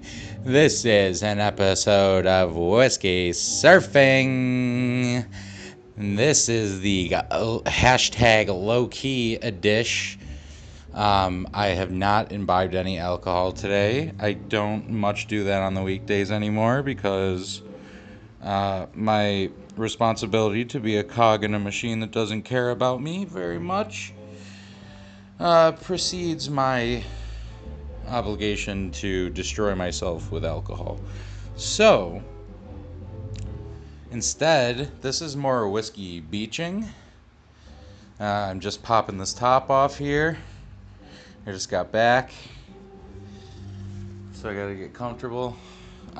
This is more. I'm on a low dose of anti-anxiety meds that I just dissolved in my mouth. A couple hits of the peace pipe, and just in case, because I got out pretty late and have to be back pretty early tomorrow, just a little touch of NyQuil, my old friend. Oh, I'm such a NyQuil expert. I don't even have to use the top that gets all grody, the plastic top that you use to quote-unquote measure your doses. I used to be addicted to NyQuil in high school. It was when my insomnia was way worse, and I had no idea, like, that I had actual sleep disorders. I don't know. It's the shit. The tolerance for it just goes. It goes up so quickly. I would say there was a point where I was, you'd have to do it, take a shot, and take 2 shots the next night, and then before you know it, you're chugging half a bottle every night. Your parents are pissed because that shit ain't cheap. But hey, you got to get to high school so you can drop out. Um, so yeah, pretty probably more relaxed vibe. Um, if you haven't listened to the last episode, if you are not a pearl clutching millennial, it still makes me laugh to listen to it. It was so random. So check that out if you please. This one will probably be a little more on the straight and narrow. Yeah, it's been, I don't know, like a week and a half, 2 weeks maybe since I recorded something like that. Um, yeah, I gotta not take breaks like that because I gotta just make myself do it. But I just get so in my own head, and I talk all day at work, and sometimes I just feel like I don't have anything to say. But I mean, I don't know, who does really? Um, yeah, so I don't know. I think of things. I've been starting to do this thing where I just bought some different colored Sharpies and double-sided tape, and I have index cards. Every once in a while, I'll pull an index card and write something down.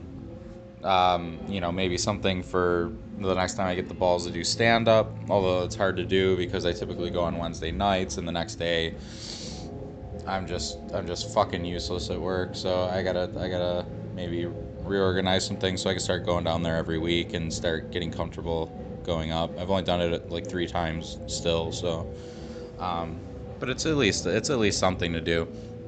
I'm trying to have some kind of social life occasionally while still being a 40-hour a week office drone. Um,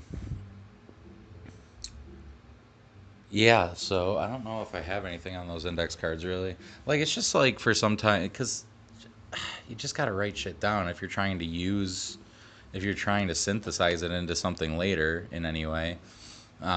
Speaking of synthesizing things, the irony is I have this place to make music and I have total and complete like music block, and I keep telling myself like, okay, I'm just tired of the program and the software. I need to get some controllers so I can actually have a tactile element to it.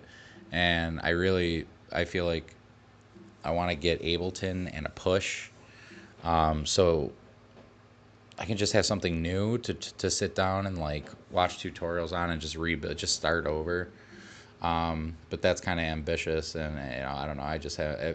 I'm spending most of my free time just uh, at night after work, just mostly. I mean, I run a lot of errands.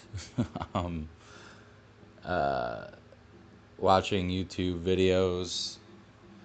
I've still been less so now, but I definitely deep dove into like alt right tube. Well, not alt right tube. That's what people would coin it as. But basically, just listening to people talk who are not as left as I am. Um, Actually, I'll give you a couple of good recommendations because I mean a lot of it is investigative for me and me trying to learn things that I wasn't previously open to or aware of, while still disagreeing, calling bullshit on a lot of what I see. I'm comfortable enough in my process, I guess, and my experience to look at to be able to watch shit like that and feel confident in what I'm taking from it and what I'm leaving. Um, but yeah, I really love. Uh, there's two. Russell Brand has it. Russell Brand is I whatever, man. Like I like the kick he's on. Um, I don't I don't want to be fucking salty about it. I'm done. I try not to be so salty about shit anymore. Like I like what he's doing somewhat. Uh, so he has two Under the Skin podcasts with Jordan Peterson, And like what I love about it, because you can watch a bunch of Jordan Peterson, and I mean you're gonna have to wade through like a million videos that are like Jordan Peterson shuts down lib cuck SJW neo Marxists, and it's like okay, fuck off. But what I love about these two talks is you get Russell Brand, who's more of the um,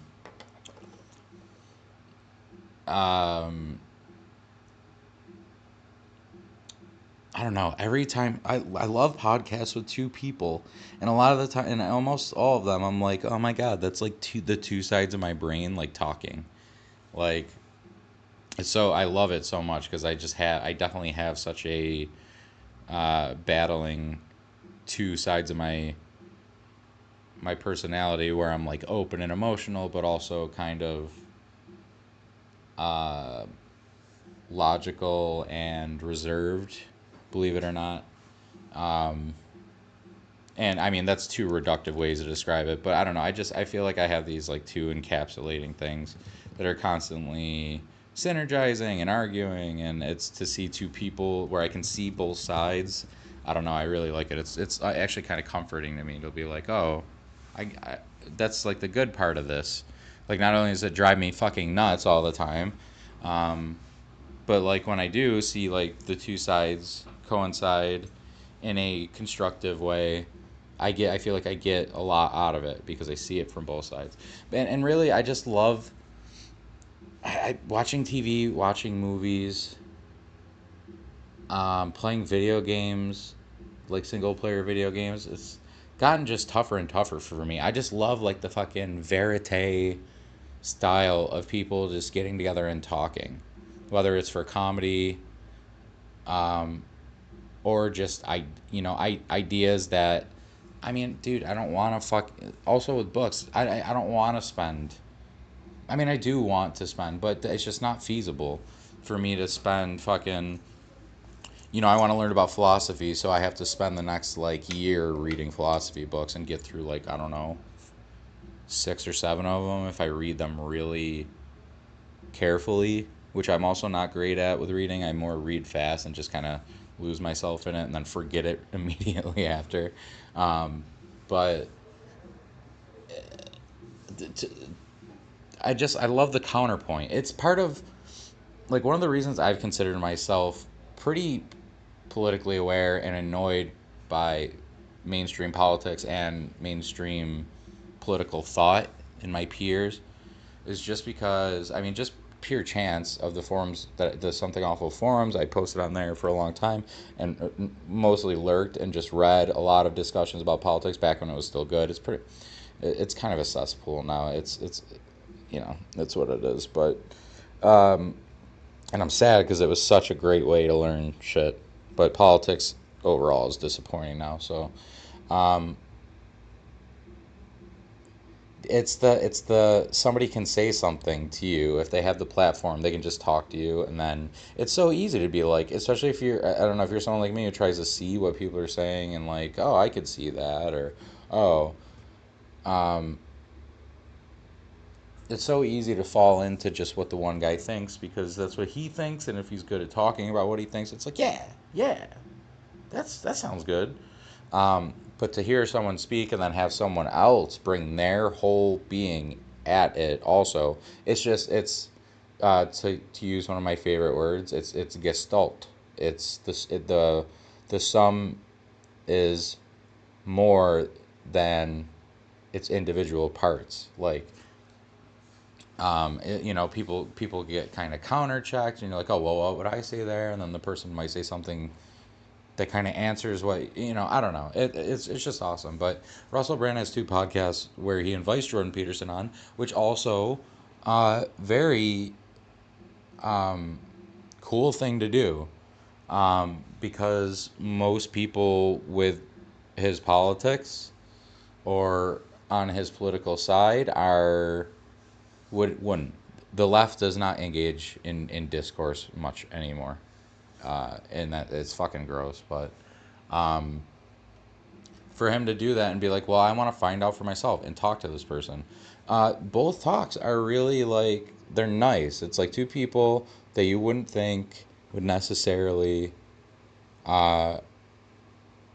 um, have a constructive conversation, but it's actually like heartwarming. You could feel them kind of connect a little bit in whatever ways they both do that. And they talk about some super interesting things, man. It's like I don't mind having somewhat of a passing knowledge of shit in this form because yes, I'm not sitting down and reading, fucking Jung just to see if it's bullshit or how impenetrable it is, but I can listen to a guy who's read a lot of Jung give me his interpretation. I'll fucking take the Cliff's Notes these days, man. Whatever, like it's not great, but it's the reality. But I don't know. I would check those out if you like hearing interesting talks about bigger things. Um, don't let what people tell you about people make you be like, oh, I don't, no, I can't do that. It's fucking guy's a Nazi. Fucking guy's an old Hollywood star who thinks he's holy now. It's just like, just fucking decide for yourself, dude. I'm the left has become, oh Jesus, you already know. Um, it's become like what the right was and is in many ways still. Like you can't. It's just clutching pearls and fucking. I don't know. It's the lefty version of fucking these goddamn liberals coming in, gay marrying all the guns. Uh, yeah, I would check those. I don't. That's not even. I don't even know how I've been spending my time in the past. I mean, on the weekend, I go out. I go out usually on pay weekend. It's the only time I can afford to try to make it out to comedy. But mostly, I'm just like at work, and then coming home, dicking around, going to bed. The typical American dream. Um, I don't know what fucking tangent that was on, but ow, I just rolled over my foot. Um,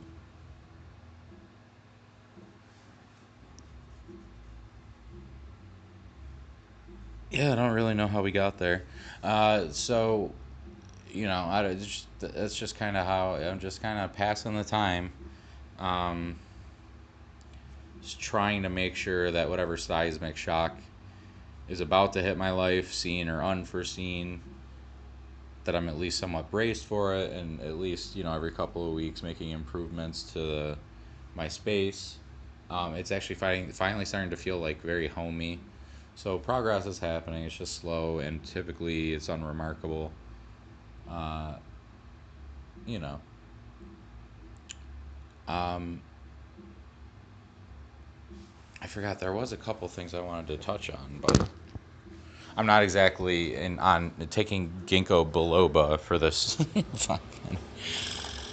for this goddamn excuse of a show.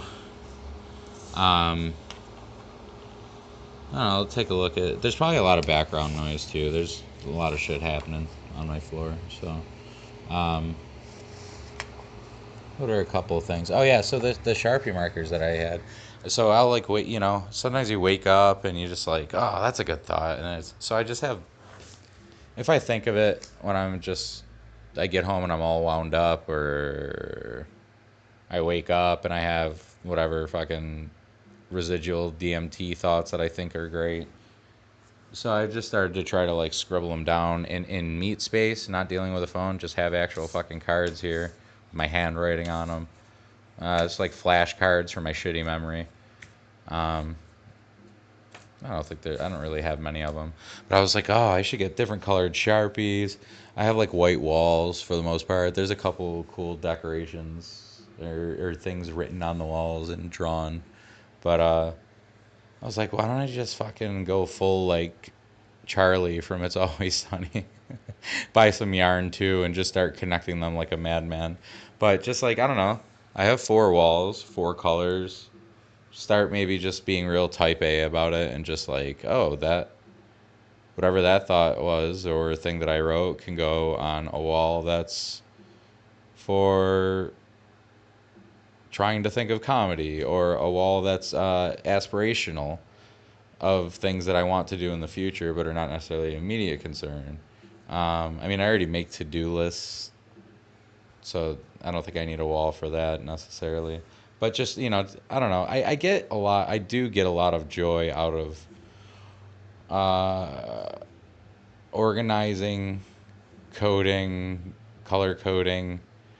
Um, One of my favorite things about words that I've never really figured out an interesting way to try to do it, but I mean, back on MySpace, I abused the shit out of it. Just the formatting of words, I like. I mean, it's almost nothing, but try to figure out. I like positioning words. I don't know. There's something pleasing about it to me, the way they're. But I don't know. I'm like, instead of fucking trying to paint this whole giant room with a high ceiling, maybe I'll just start externalizing some of the shit that's floating around my head to try to maybe sort it out. And I hate to say the fucking word manifest, but make it tangible. Um, Now, of course, this was one of those great ideas, waking up and being like, oh, or laying in bed like, oh, I really should do this. I haven't touched them since I bought them, but you know, you gotta set yourself up for when these moments arise. Because for me, I'm typically just kind of listless throughout the day, or stressed out trying to get through the day. So when they hit, they hit. Try to at least set it up so I can capitalize. um, oh, but yeah, the one of the great ironies is I have this space right now to do all these artistic things, but I am having a real artistic glut, because I'm focusing on doing normal adult things. Um, but it's good. I need to get the framework there. And I've started to get pretty good about reminding myself that, like, the way you feel now is not the way you're always gonna feel, which is hard for me because I'm a future oriented person in a way. But it's always been like negative, where I'm just where it's like, fuck, I feel like I have no control over it. I feel like I can't do the things now.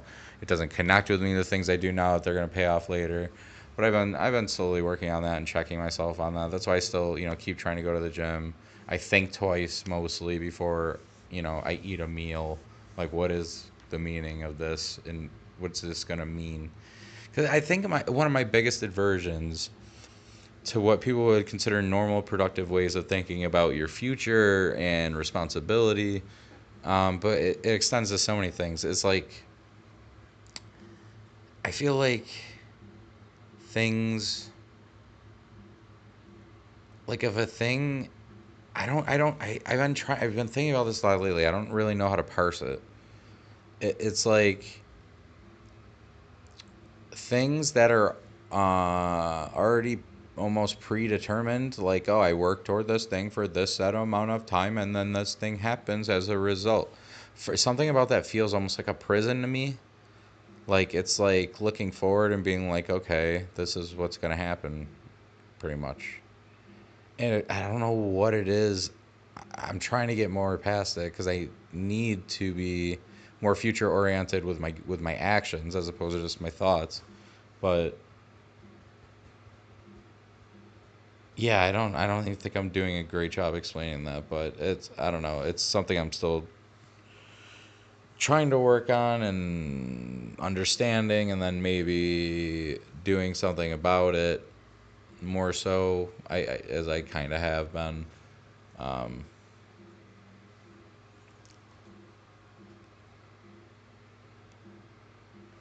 yeah, I don't know. I feel a lot less. I'm navigating this thing that I think is pretty common at my age, where it's like, how much, okay, I think I've recognized the need to let go of a lot of my old self. But I think what a lot of people then do is just like a total sea change, whether it's just accepting, like, well, I'm adulting now. Now I get my societally prescribed and memed about bottle of rosé all day. And then I'm in bed by 9 because look at how adulting I am. Um, or ideologically they do just a full fucking swing because they realize that a lot of the stuff they believed in was either bullshit or only part of the story or has changed, which that's certainly me with some aspects of leftism, politically. Uh, so yeah, I don't know. It's a tough thing to verbalize, and it's already a tough thing for me to verbalize because the reason I do this drunk usually is I'm much better with my words. Uh, maybe not as clean. Uh, I don't know. It does what it does for me. Um, Not that this is fucking clean by any stretch of the imagination, but uh, I also have to stop saying all the time. But what are you gonna do? The silence makes me unable to think even more, which perpetuates the silence.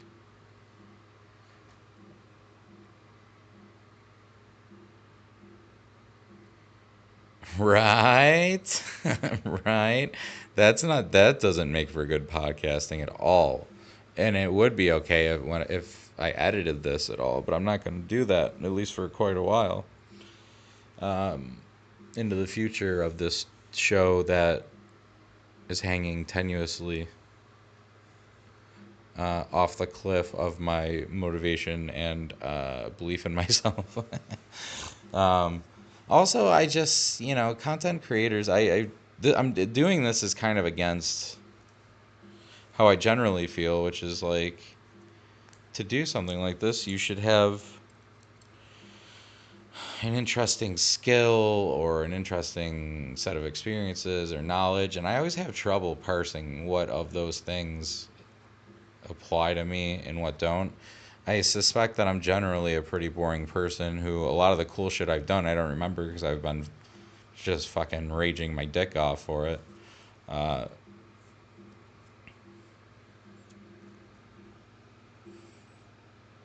but I mean, I don't know. It's again, it's fine. It's more about staying on doing it right now, and also, I think even in just the first three episodes, I think one of the cool things about it, I get cool quote unquote.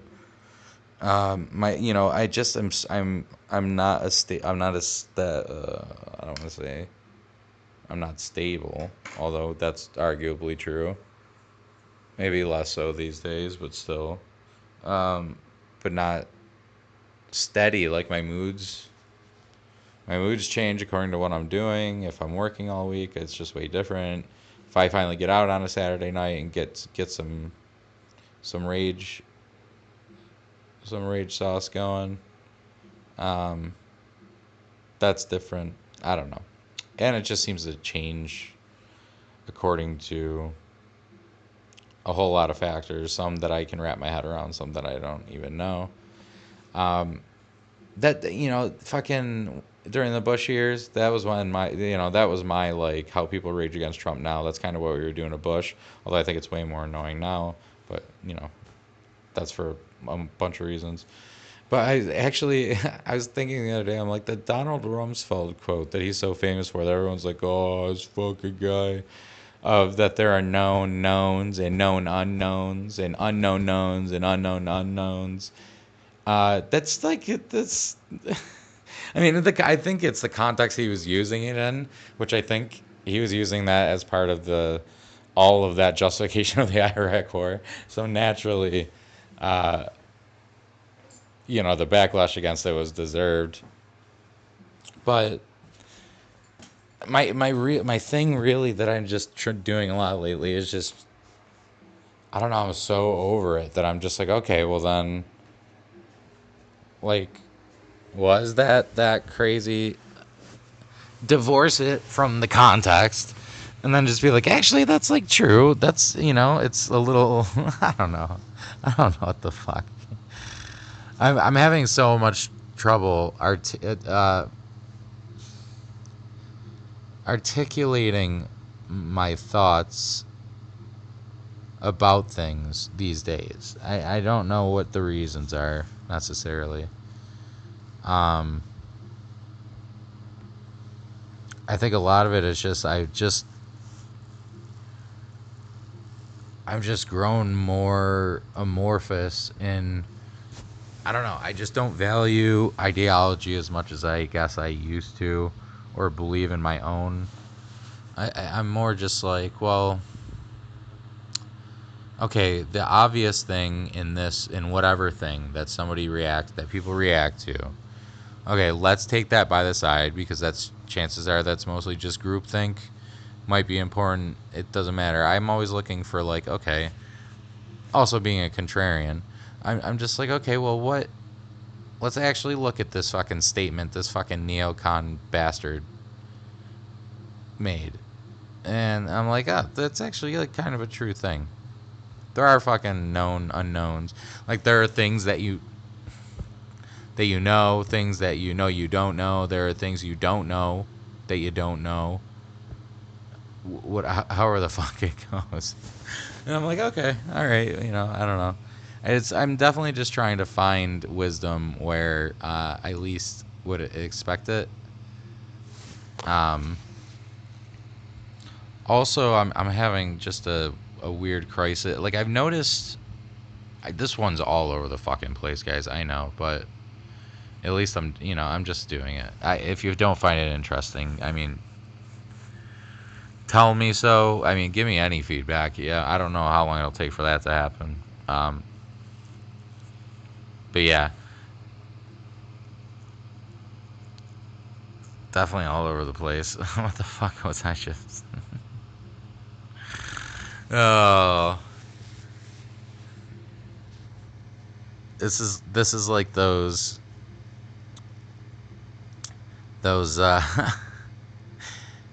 the pictures of spiders after you give them different drugs and the webs that they do, or like when you give people, like, these are actual studies, I guess, that people, you give people like artists different drugs and then they sketch and you can see like the different effects and shit. Not that I fucking, you know I'm certainly not doing any high level experimenting over here. Just, but it's pretty funny that you're I can't remember shit good. I don't even know what I'm talking about. I'm not even fucked up or anything. It's just like the different things I seem to do the show on, apparently, and how they must just change the entire fucking, I don't know. Uh, yeah, but I don't know. Trying to find wisdom where, okay, so I've noticed last year I changed the haircut I've had forever. I figured it was about time for a bunch of reasons. And it's gotten progressively like shorter and more normy, I guess. I don't know. And I don't wear like t-shirts as much anymore, and I wear like boots instead of like shoes. But I notice people treating me. I don't know if I've talked about this yet, but it sounds familiar. But I notice people treating me, especially ones that don't know me, way more. It makes me uncomfortable. They treat me like I'm like the standard white male, a young urban like a kid told me I was a fucking yuppie last summer, and this is, because I don't know. He's like, go home, you fucking yuppie, at the Pink. I mean, I've been going to the Pink for like 10 years. Like, that's my fucking jam. And this fucking kid, anyways, he looks like a bad D Antwoord fucking stand-in. He looked like somebody did a shitty job of being ninja for Halloween, so I didn't really care. But I just noticed in like the micro expressions throughout, especially being out at a place like the Pink, I guess mostly. I don't know. I don't have that many places I go that. It's just a general impression I'm getting from people more so than anything. And I guess there's probably some benefits to that. But it makes me pretty uncomfortable. But I'm like, I just want to dress in clothes that look alright on me. And I don't really have a statement to make with my clothes too much these days. I don't fucking know. I don't know what it is. Um,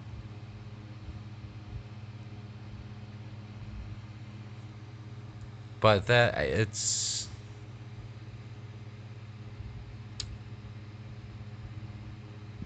I don't know if it's like, oh, if people are gonna treat me like that, then there's some element of, well, I guess I am just that. Uh, but I think it's I just really like to look, and that I'm trying to differentiate myself from that. Like, so I think it's like that I like to look, but I've always been this way, partially contrarian. That I like to look, especially now. I like to look for the things because people are so blinded. I feel like people are so blinded right now, especially by just the pre-approved opinions of what they're supposed to have based on their thing. That now I feel like it's a really, it's a time that's ripe for being extra nuanced, being able to go past what most people stop at. This is where you get, like, I almost get the leg up culturally, because stuff that people will not entertain because they're not supposedly allowed to, or won't let themselves, or their algorithms are feeding them shit, whatever it is. Like, that can be my thing that I'm decent at, is finding the thing in the deplorable thing, whether I agree with it or not, or in the good thing. Find the thing that people aren't really. So many people are not even being allowed to see, or allowing themselves to see, and being like, okay, well, what's the good in that? And I think I've talked about this more and more. It's just like, fucking, if you're confident in if you're confident in yourself, you can disagree. One, you can disagree with people civilly, and two, uh, you can go into other ideologies and see where, in the unlikeliest of places, get some good piece of info, or, oh, I hadn't thought about that like that before, or, oh, at least now I understand what people think on this side more. I don't know. It feels like a thing that I'm good at doing, and it feels like a thing people are doing less and less. So I try to do that more, and it's maybe also, I don't want people. I like people thinking I'm a weirdo. I go out of my way to, um like in a workplace, like, it'll take some time. I've learned the art of easing people into me, because especially in a setting like that, I'm so unlikable at first, or people don't know what to make of me. But I've gotten really good at easing. I guess really good, maybe okay at it. Easing people into my fucking. I don't know. I'm a fucking I'm a fucking weirdo. So you're gonna figure it out eventually. But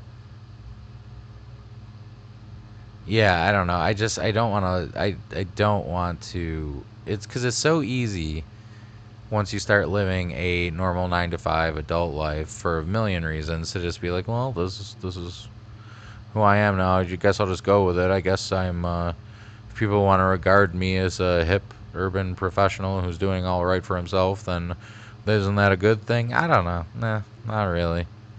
Not really. Um, Not for me. But I'm like, what am I gonna do? Fucking have like a weird midlife crisis and start wearing, like, adopt a costume again? I don't know. I don't fucking know. I do need to order some more. Like, I do love the cool T-shirts that I used to get, that are mostly all lost to the wind now. So I once I have some disposable income, that's kind of my thing. Whatever. I don't know. I want to funk it back up a little bit because it's feeling a little bland. But the shit. On the one hand, I'm like, it's fucking, well. If people are gonna judge me, let them judge me. But then I'm like, well, it's the impression you put out too. I know how to manage people's expectations and what they're looking at somewhat. So it's like, do I want to expend the effort to do that? Is it authentic? I mean, I can't. You guys, I can't just ever just think a thing anymore. I was always like this, but now, and I feel like now I do it more. I harnessed it a lot more, but I can't. I think a thing, and then I'm like, well, okay, well then there's like 6 other things that tie to that, and I'm like, well, what else is true about that, or what? I'm just less willing to be like, oh, it's this thing on this path and that, when I could go like, oh, well, why don't I just entertain all the paths? And I try to keep some core things with me that I've kind of deemed like things that are worth cementing yourself to, but they're fewer and far between. I don't know. I try to feel um, less self. I don't know. I've made peace with the fact that it doesn't, at least on a macro level and a lot on a micro level, due to all the isolation, alienation, as Marx would call it, that we experience. Uh, I don't, it doesn't really matter. Like, I don't need to take strong positions on things right now. I'm more interested in the process, and figuring out why people what they think, and um, always questioning why I think what I think, and then attacking it, which is exhausting. But it's an automatic function. It has been for a long time, so it is what it is. It has its pros and cons. That's another thing that I'm looking at a lot too. That there's a negative and positive side of the same thing. All things, you know, uh, courageousness can get you killed, or it can save the village. So it's uh, I'm just trying to be more well-rounded with everything I look at. It's one of my strong suits to think about things. I think in a open way. So I don't know, guys. I don't know. I mean, this is so off the cuff. I there's no way there's any real narrative running through this. My fucking memory's shot. I'm pretty sleepy. Getting sleepier by the moment. Uh, I, if you're listening, it's probably frustrating because I didn't finish up so many thoughts. But also, I just have to remind myself, like, this is kind of the authentic experience with me. Like, this is, um, it's not. I don't always have to be on. Also, I had no wiggle room to wait until I felt more like recording because it's, I think I missed a week. So, uh,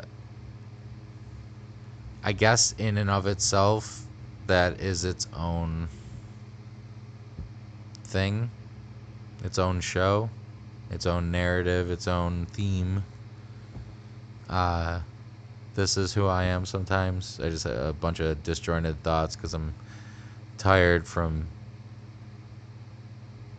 a hashtag adulting, and haven't had too many remarkable things happen.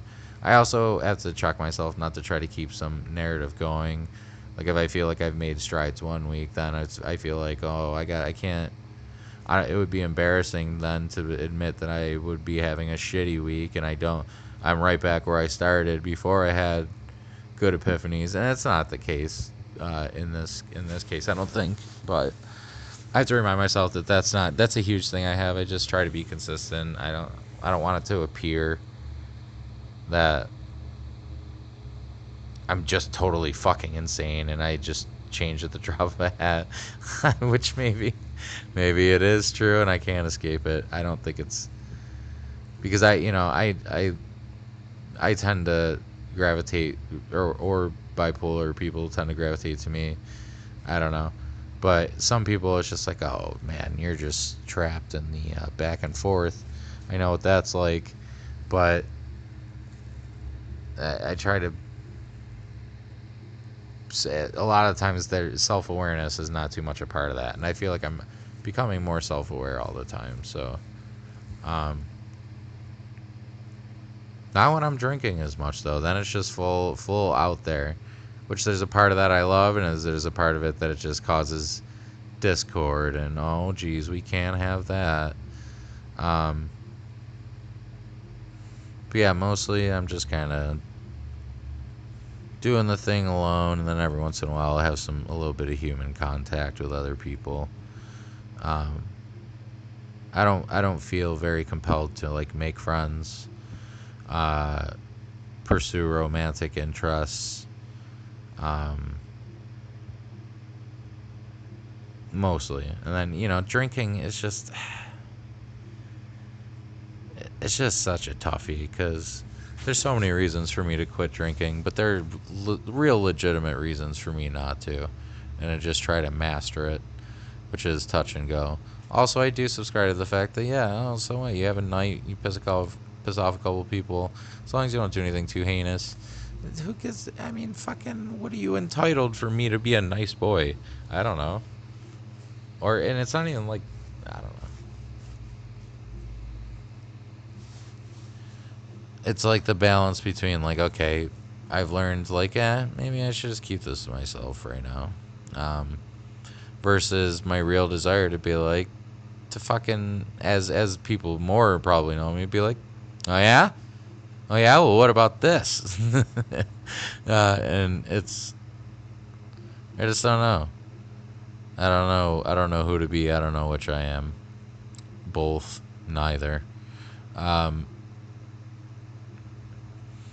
Yeah, so just trying to de-stress this week.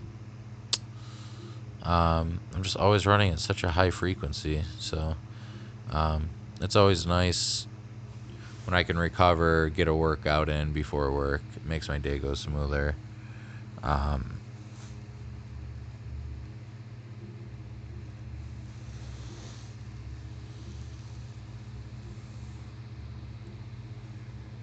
it just differs day to day, and I learn more all the time. But I'm just like, oh, this is, I'm thinking this, I'm feeling this way because I'm tired. I'm just tired. Of course, I feel overwhelmed with all the things I feel like I should be doing because I'm fucking tired.